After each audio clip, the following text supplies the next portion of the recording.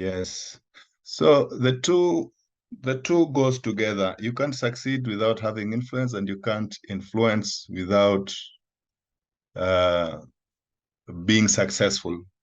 Because people would like to identify with someone who they believe in, whom they trust in, whom they can count on in terms of what the person is saying.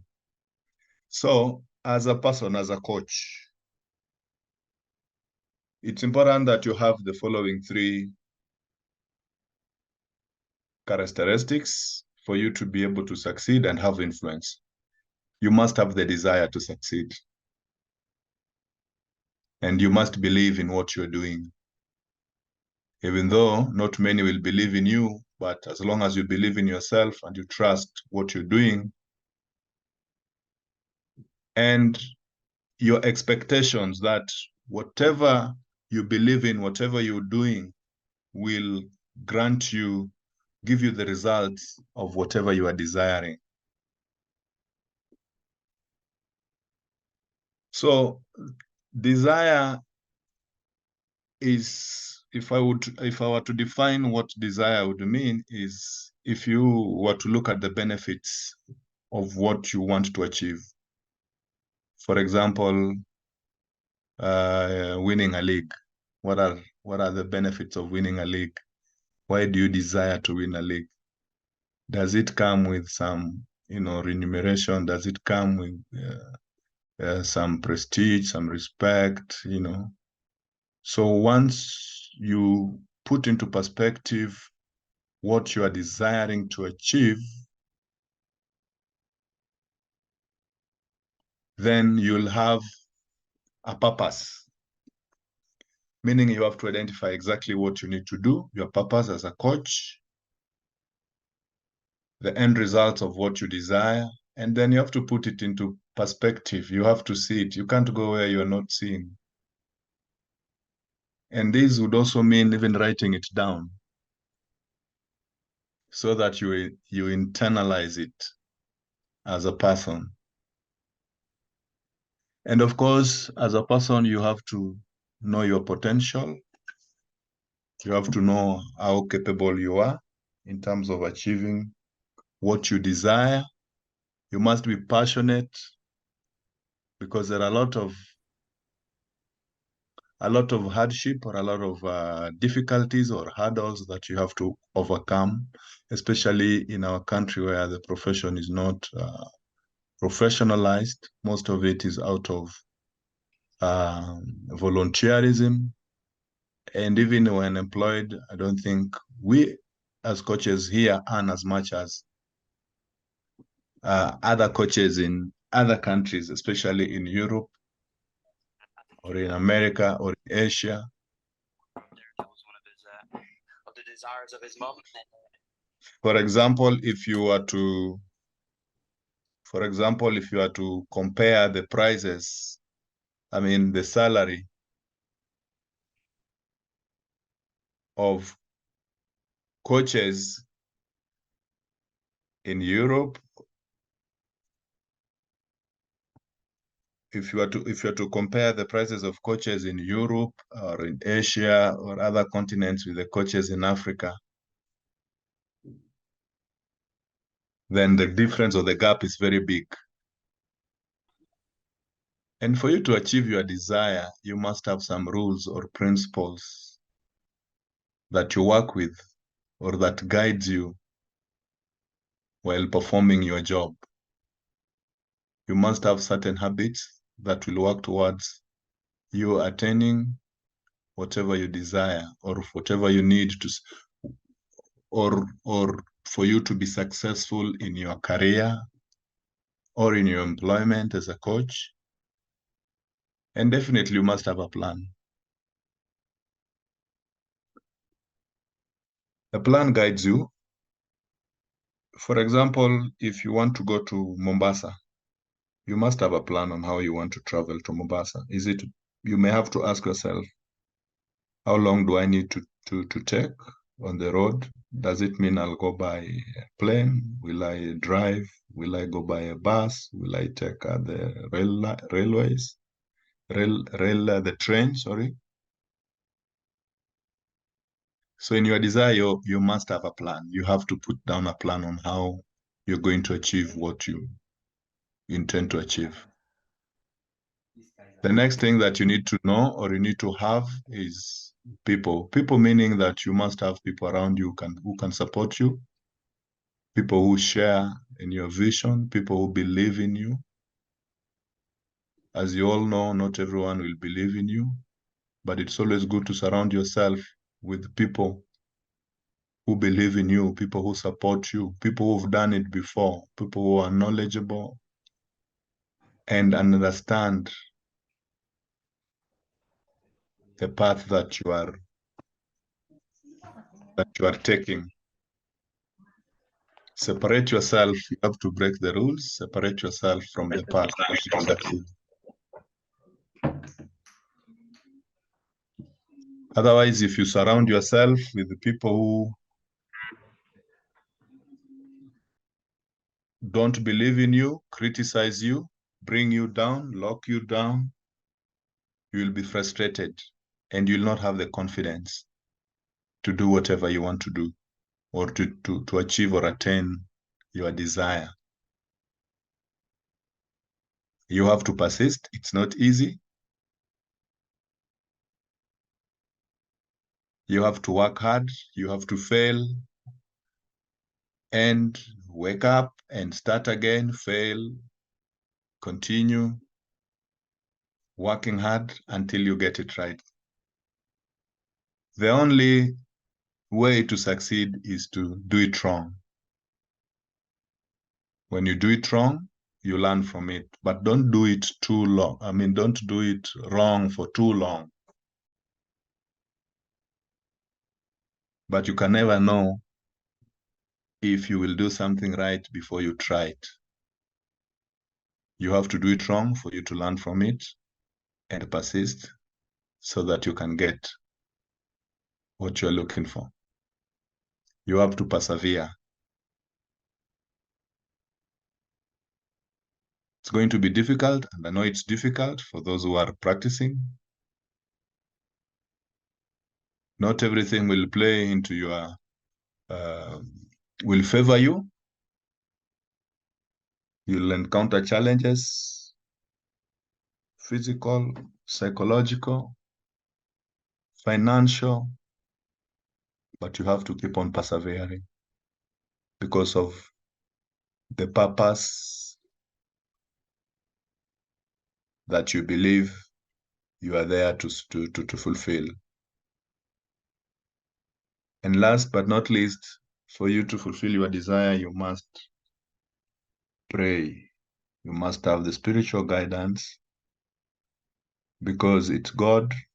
As Christians, we believe in God. We believe that it's God who has given us the purpose and given us the potential and the passion to do what we are doing. Coaching is not easy. You are only appreciated when you succeed. When you don't, people do not appreciate you. You've seen most coaches being fired, especially the ones on salary. You lose a match, 1, 2, 3, you're fired. So, but when you win, people appreciate you, people applaud you. But the moment you lose, you are no longer wanted. So prayer, having every day touching base with the person who gave you the purpose, who is guiding you, giving you the strength, leading you to people who can help you, helping you put up a plan. Mwambie director, if despite having the files in place on Tuesday, it will not be easy. So it's always good to seek for your spiritual guidance. Always pray so that you are guided and strengthened to achieve your desire. The next one is the second aspect that you need to build on is belief. You have to trust in what you are doing. If you don't believe in yourself, I don't think there's anyone who will believe in you. First, you have to believe in yourself before people can believe in you. And for you to believe in yourself, you have to trust what you're doing. Because if you trust in what you're doing, that is what will lead you to achieve your desire. And believing in yourself, meaning that you have to fight the enemies that you have. The two common enemies that we have as human beings or as coaches, let's put it into our perspective. As coaches is the enemy which is inside and the enemy which is outside. The outside are the people, are the environment, the challenges that you have to go through. Either physical, either psychological, either financial, technical. So, and there's nothing much you can do about the enemies who are outside you, but the enemies that are inside you, you have control. And it depends on what you tell yourself, how you reason, your thoughts, what occupies your mind most of the time. Are you self-empowering or disempowering? Are you positive or not positive? Do you have the ability? Do you believe in your ability to do what you are doing? Do you trust yourself? Do you know your limits? Do you know when you need help and when to stop doing something? Are you empowered? Are you accepted? Do you accept others also? Sorry. So belief is very important in our pursuit of our career, coaching career. And you can only believe in yourself when you trust what you're doing. And for you to trust what you're doing, you must get the requisite education, experience, and probably work with people who've been there before so that you do not have to reinvent the wheel. You have to keep on researching, doing a lot of research, because things keeps on changing. Actually, currently, everything is available in the internet, so you may not have that leeway to just tell athletes or your team members just anything without doing a proper research. So for you to function well as a person, as a coach, the three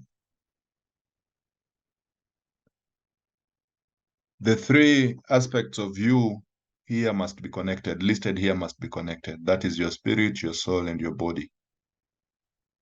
The moment you're not spiritually sound, your soul may not work well with your spirit. And when your spirit does not work well with your body, your soul will not be in agreement. So usually the spirit and the body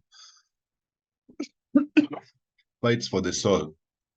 The soul is your thinking, your feelings, your attitude, your beliefs, how you perceive things. So what you think, which is guided by the spirit, determines how you feel in your body. But before you feel, the soul has to make a determination whether it's a good feeling or a bad feeling. So we have the conscious and the subconscious mind, which is now the spirit. The conscious is let's take the soul to be the conscious and the spirit as the subconscious. So whatever is in your subconscious will affect what you do, what you physically do. And whatever you perceive by your conscious, the smells, the feelings, the touches, your five senses, whatever you perceive by your five senses, and you interpret it with your subconscious, whatever is stored in your subconscious, the beliefs that you have, the perspective that you have, will determine how your body behaves, how you act, and of course, how you act will determine your behavior, and that behavior will give you a result which will either be positive or negative. So for you to really be able to internalize a concept or believe in yourself as a coach,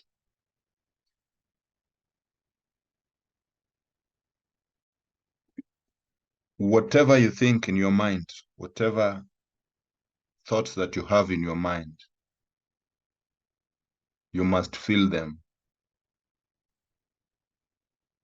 Feel them meaning that they have to be part of your heart, what you think, I mean, how your body feels.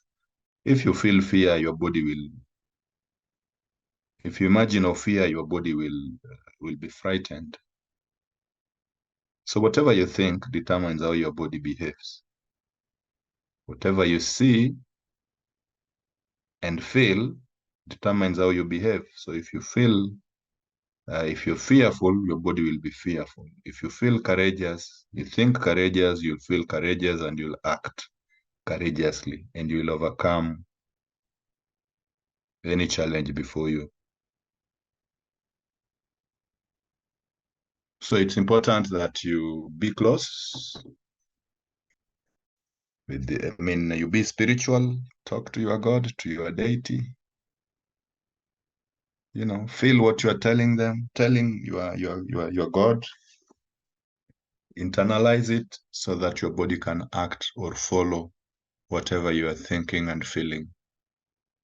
Otherwise, when your body is not coordinated and confused, like you want to fight and you are fearing at the same time, you will not achieve anything. But if you want to fight and you're not fearful, you'll have the strength and that courage to face whatever is ahead of you. So the next one is expectation. Whatever you do, what are your expectations? What are you expecting? Do you believe in what you're doing? Will it give you the results that you want? Or you're just doing it for the sake of doing it? When you do it for the sake of doing it, then you're not sure of the results. And when you're not sure of the results, you're not able to come up with a plan. You're not able to have that courage to do what you're doing, to give you the results that you want. So first of all, you have to believe in what you expect. You have to know what you expect. You cannot, for example, fail to wake up in the morning early enough and expect to finish your work on time, for example. But if you wake up early in the morning and you know you have work, you expect to finish on time. So you know the outcome of your action. And this comes with education on what you are doing. Do you have the necessary information to execute what you are desiring? Do you have enough experience? Have you done it enough times to be able to tell what the outcome will be? Do you have people around whom if you consult, they'll give you the answer that you expect or will guide you as expected so that you can achieve your desires?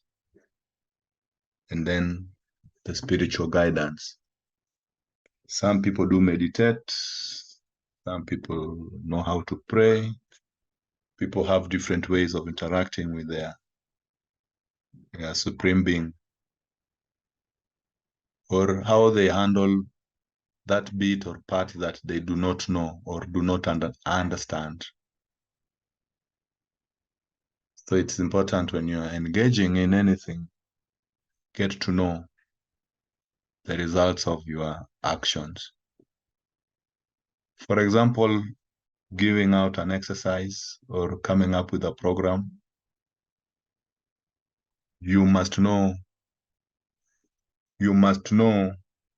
what that exercise or that program will produce.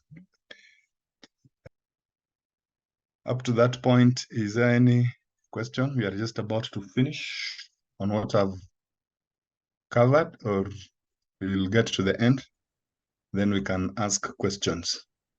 Yeah. So that is the end of my presentation, brief presentation. I'll open up the floor for questions, but I'll still let you know that our presenter who was to come in today has medical emergency, but still we hope that next week on Friday, she'll still join us and share what she had expected to share with us. So questions, concerns, clarifications, this is more of discussions, just sharing. I'm not saying what I've said is the best, you know, but we are here to share. Just a concern. Yes. Yeah. So I was just listening. I think I love the bit that you brought in the aspect of spirituality. And as a coach, sometimes, especially when you're trying to do a preparation and you tend to find there are so many obstacles around you, but then now you have a goal. So of course, maybe your goal is to keep your standard and just to keep whatever it is that you have been planning to ensure that it runs smoothly. And sometimes, as you are also focusing on that, you find that you are tripping. You know, like you can't hold your sanity from minute 1 to the last minute. What is it that will trigger you to keep back to your lane? Is it the spirituality? Yes. Yeah. So I think it's just a concern. It's just, yeah, I mean, the way you'll answer it probably might also help me out a lot.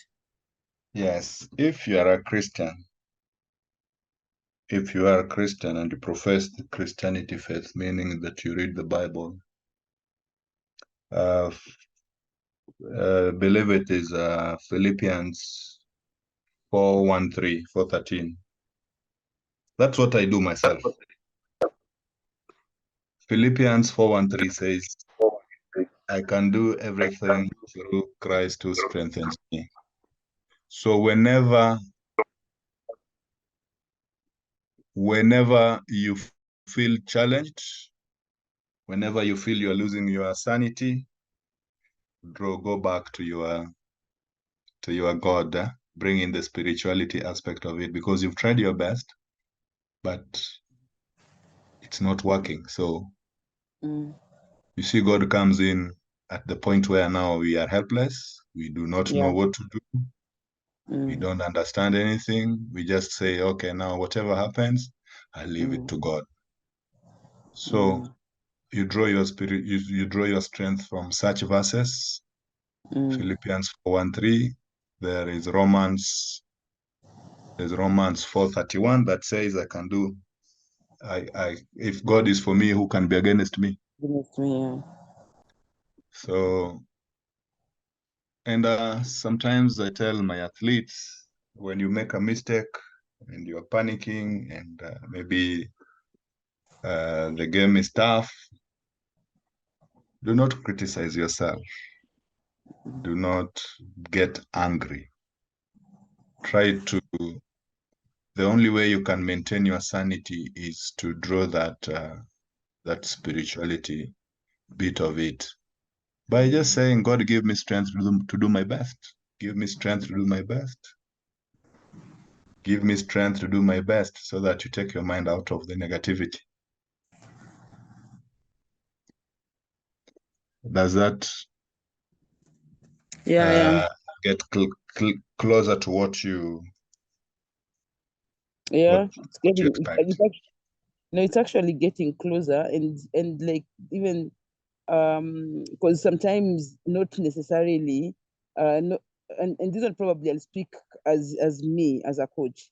So Yeah. sometimes you want to dwell onto something, like for example, you want to wake up, your program is set, you have your itinerary ready, everything seems to be moving.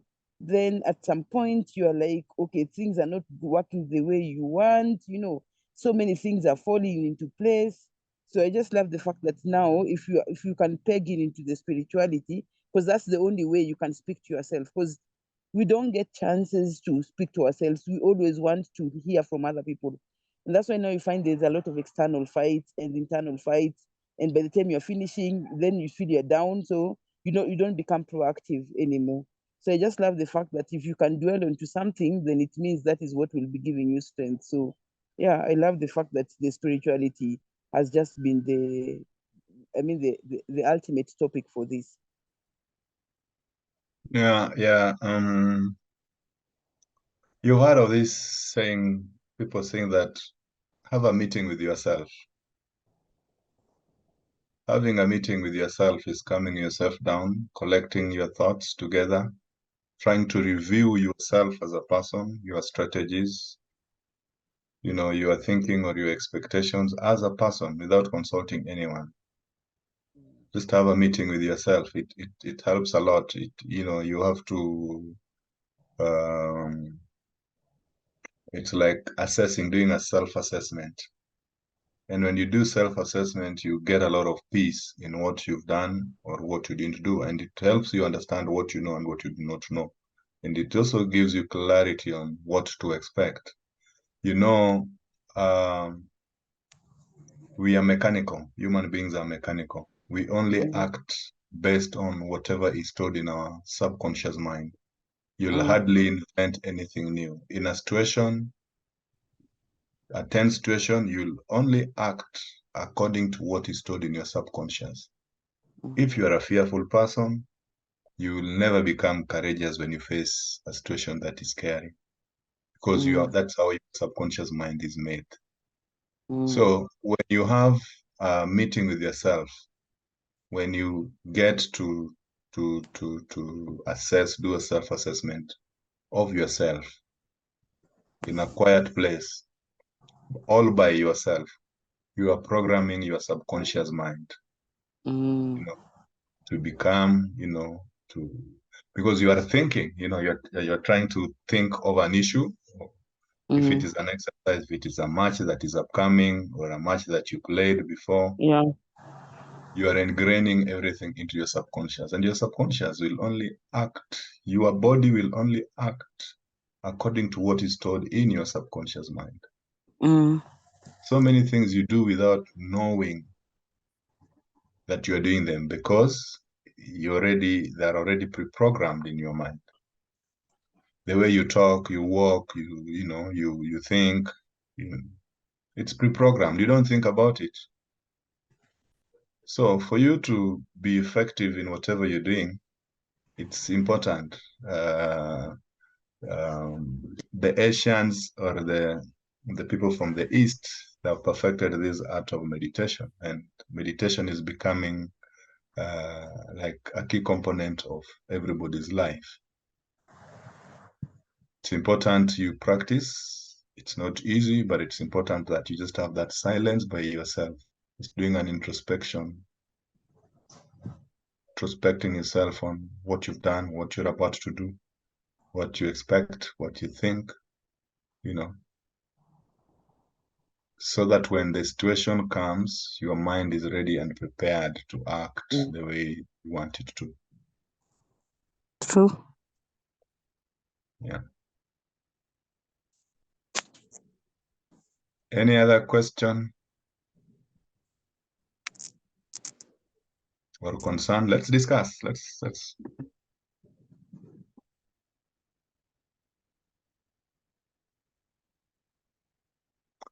Any other person with something that they need me to clarify? .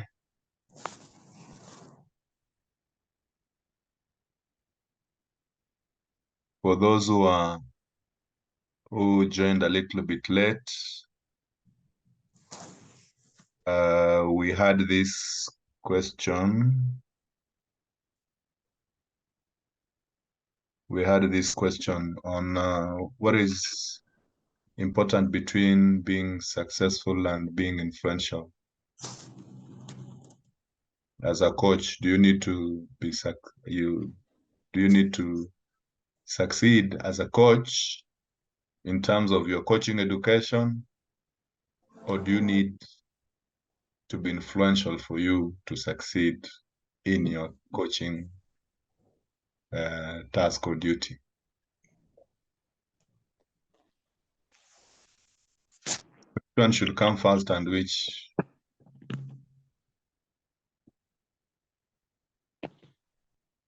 Sarah, would you want to give it a try? Do you Well, do I'm you just consider looking at yourself in your coaching duty? Yeah, do you consider yourself successful or influential? I think influential, and I'm trying to put all of them in a weight, and I can see they are all weighing. Like it's like you are both successful, you are both influential. Because of course, if you are not influential, then it means you can't be successful. And if you're not successful, then it means you cannot be influential. So it's like, for me, I'm looking at it like it's a two-way traffic. They both go together. Yeah. I hope you guys remember this coach called Jose Mourinho when he was at Chelsea. Was he able to balance both, to influence and succeed at the same time? For those who follow football, he's a successful coach and people knows he's good. And he's won almost all the big and important trophies. But at one point, the players rebelled against him and he was sacked, meaning he would not make them do what he wanted them to do. He would not make them change their minds. So he's unable to influence them. So your success and influence goes together. You can't succeed without having that power to influence. And you cannot be influential without being successful in what you're doing. So it's an art that you need to balance as a coach. Fine, you could be the best coach, but are you able to lead your people to think the way you want them to think, or do what you want them to do? Sometimes we see people complaining that the coach gives instructions, but when the athlete or the team goes into the pitch, they do different things. Say we didn't play according to instructions, or the coach gets mad at players or athletes not following instructions. And influence means having someone stop what they're doing to follow you or do what you want them to do, because there's a mission or an objective that has to be met.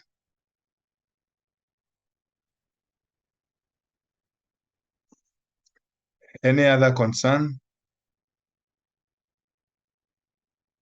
Like this Tiger Woods guy.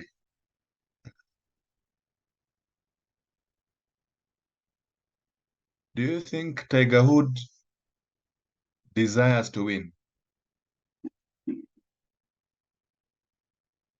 And does he believe that he will win? And because of his skills and whatever work he's put in place, he expects to win. Yes. Hey, Honamu. So as we plan or as we partake our duties, the first and most important thing is to have that desire, a burning desire, not just desire, burning desire.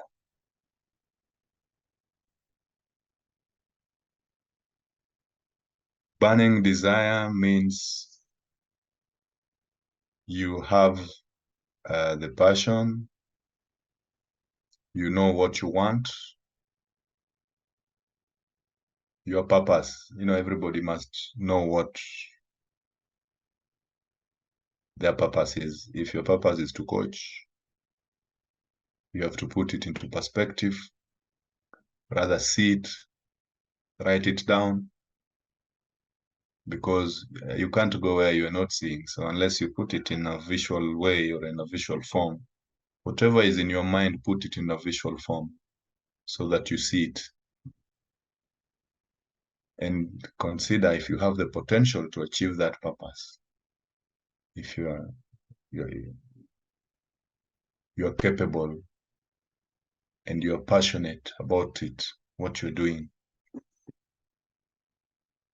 And you have rules and principles guiding you towards that. As an athlete or as a coach, you must have principles. We posted here sometimes back about coaches' ethics and what was the other thing?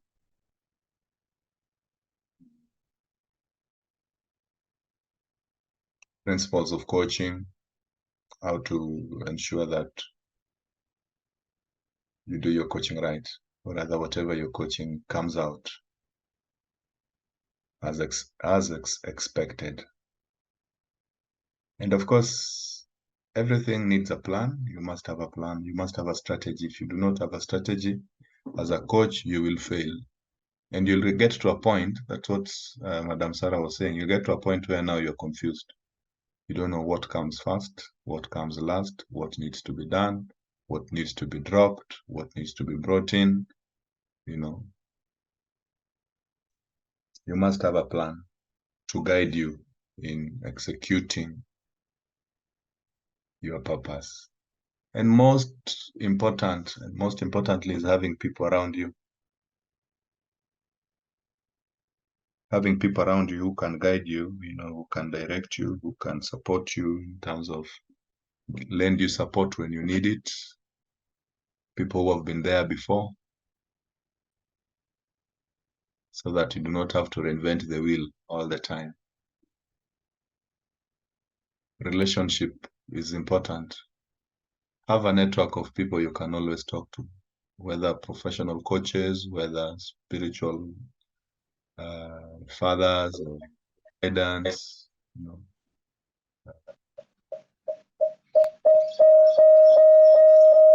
People you can always learn from.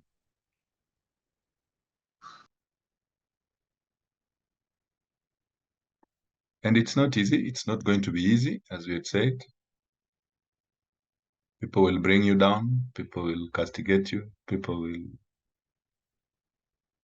And most of the time, people don't believe in you. It's you who will make them believe in you when they see what you're capable and able of doing. And that comes with perseverance. You are pulled down, you wake up, you go. Pulled down, you wake up, you go. Make me continue. Don't give up. And as we've said, prayer is key.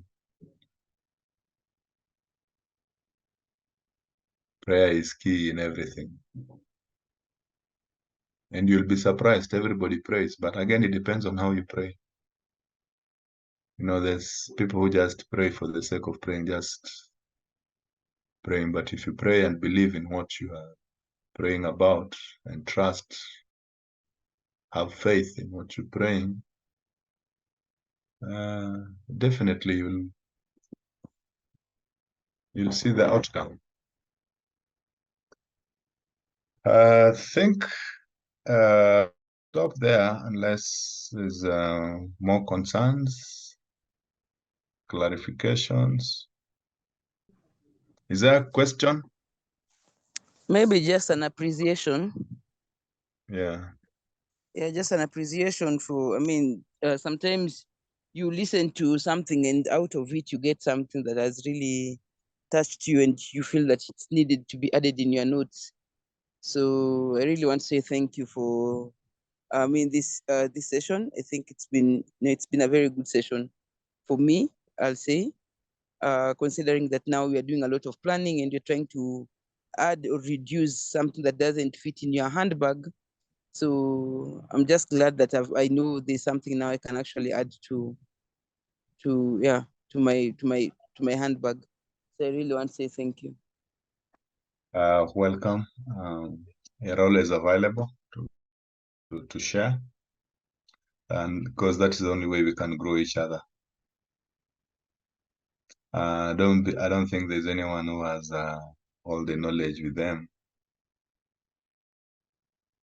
People, it's learning never stops, and anybody can teach you, and you can learn from anybody, irrespective of their age or experience. There's something they will always teach you. Only that you need to listen and give them time.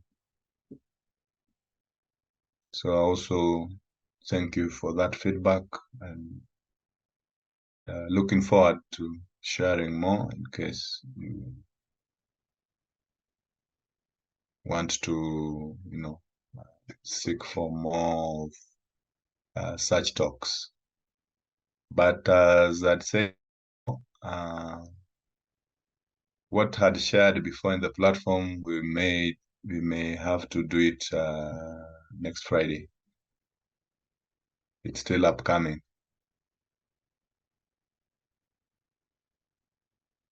For those who joined late, is there anything that you need me to clarify or any question that you need to ask before we bring this to an end?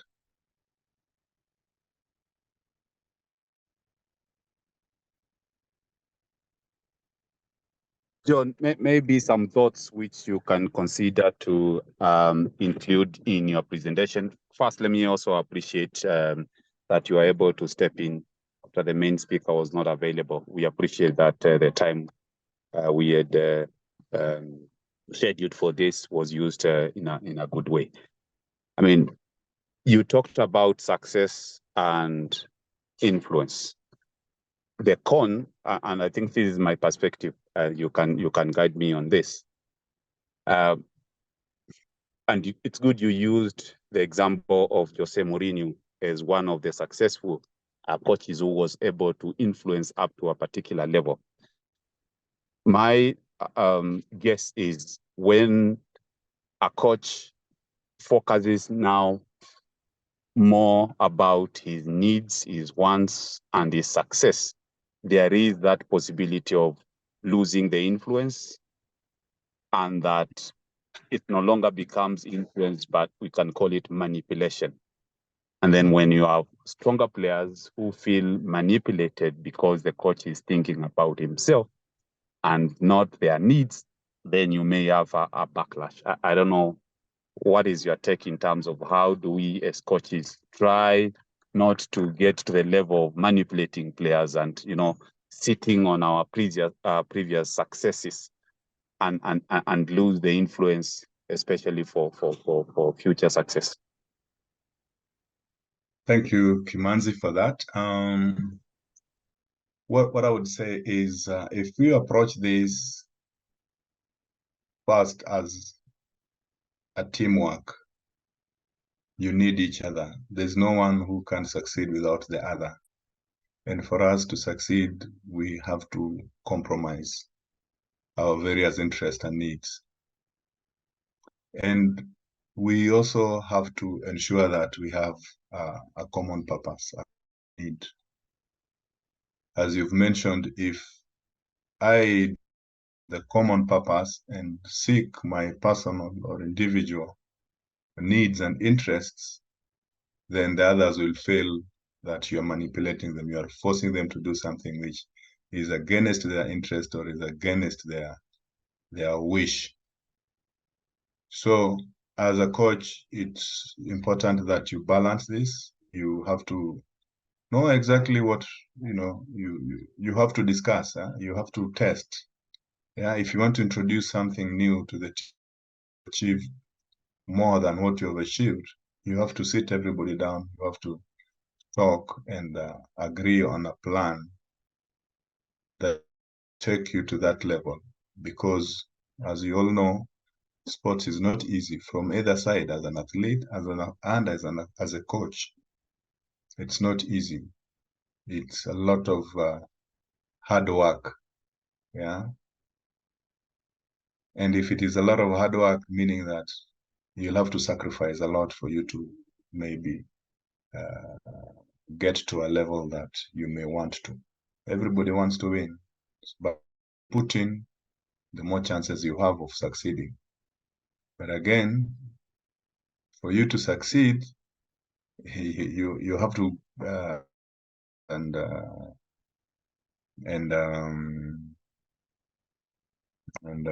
put in a lot of work.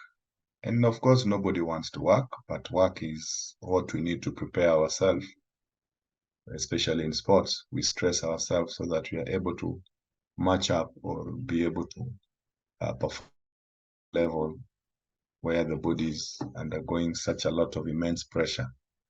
So, Kim, my approach would be you have to share your vision. It has to be clear. The plan has to be clear, you know, and the execution path has to be clear and understood by everybody.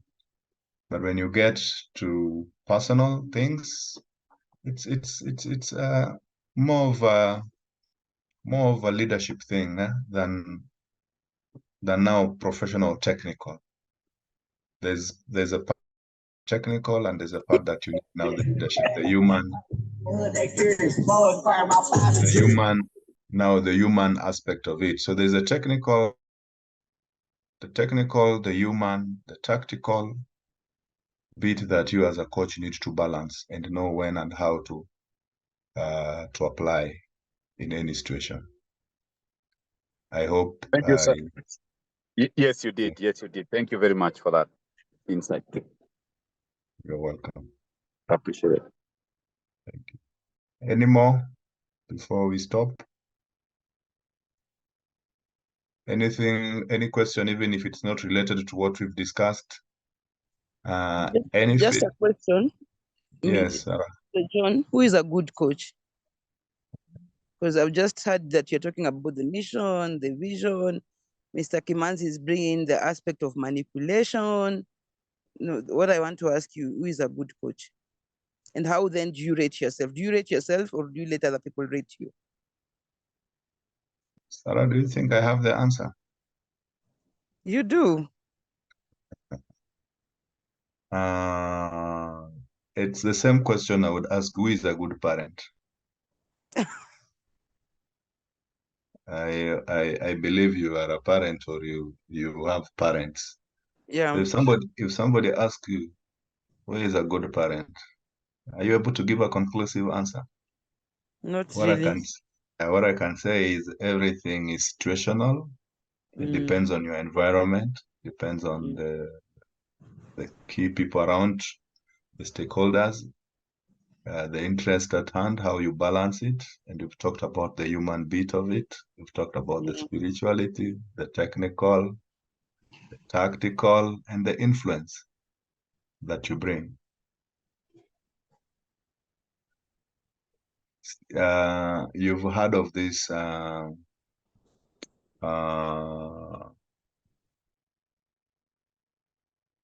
how do I call it? These churches that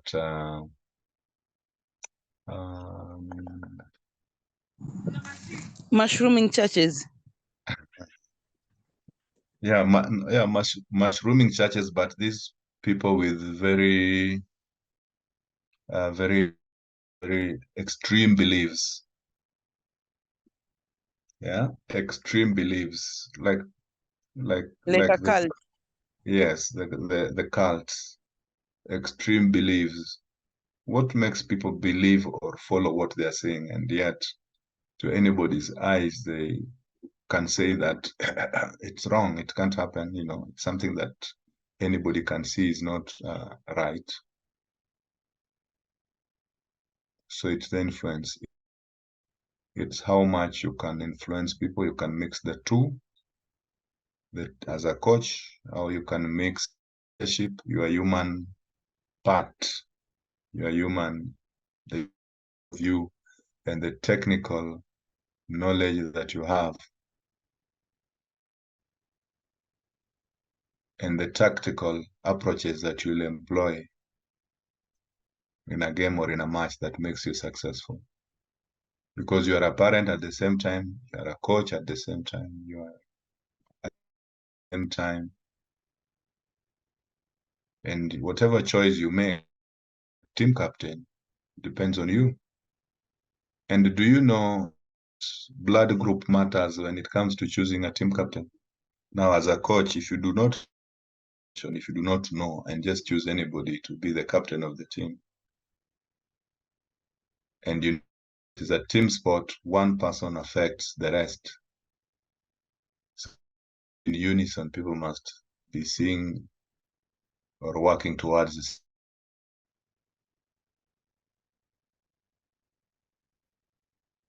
So being a good coach is just being an all-rounder, trying to get information all over that works for that particular, setup. But it has to be collective. It has to be collective. I've heard people talk about Alex Ferguson having that successful stint at Manchester United. What comes out more is that he was more of a human person. He knew how to work with people. He knew how to inspire people to do things that them to do for the sake of the team. He was such a big influence.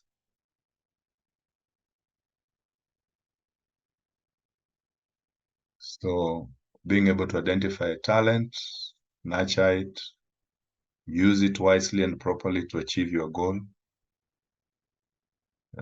that's a skill. And you cannot attain certain skills if you do not invoke your spiritual,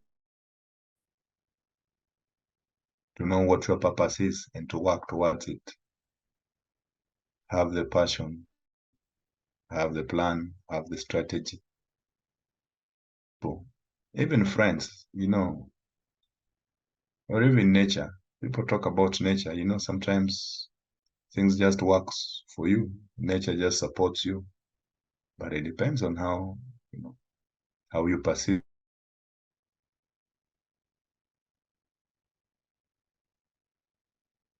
So it's a hard question. I don't think there's a clear-cut answer to it. It's situational.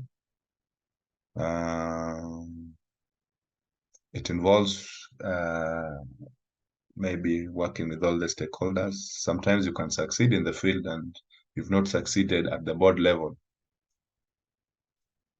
The board does not like you, but the players like you. So does it successful? Does it mean you're not capable? Just means to balance yourself as a person, as a technical, as a human,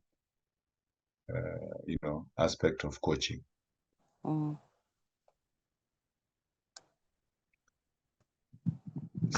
Sawa. Thank you. Welcome.